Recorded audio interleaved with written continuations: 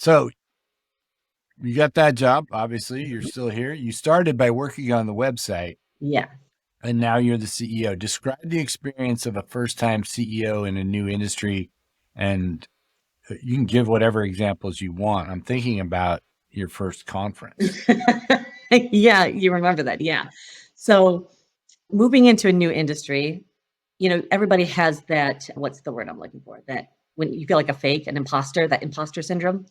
If anybody had the imposter syndrome going to their first bio conference 2 months, 3 months after starting in this new industry, it was me.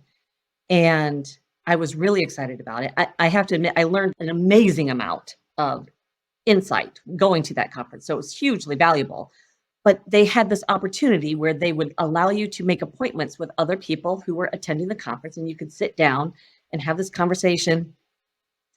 And I made as many appointments as I possibly could because I wanted to get our name out. I wanted to make sure people were aware of us. I wanted to start having this conversation. So I'm in my very first appointment that is set up.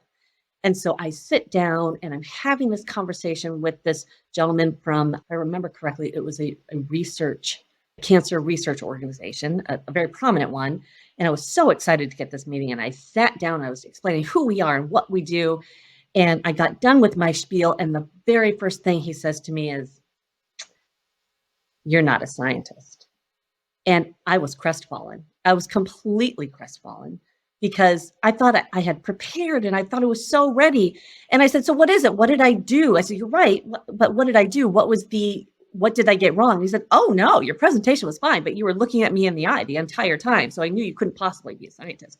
And I just remember thinking, that's what busts me. That's what's going to put me over the edge, is the fact that I look at people in the eye when they're speaking to me. So that was a very memorable event. So that transition, it was a tough one. It was hard to speak the language when you don't know the language at all. And over time, I have gotten more comfortable.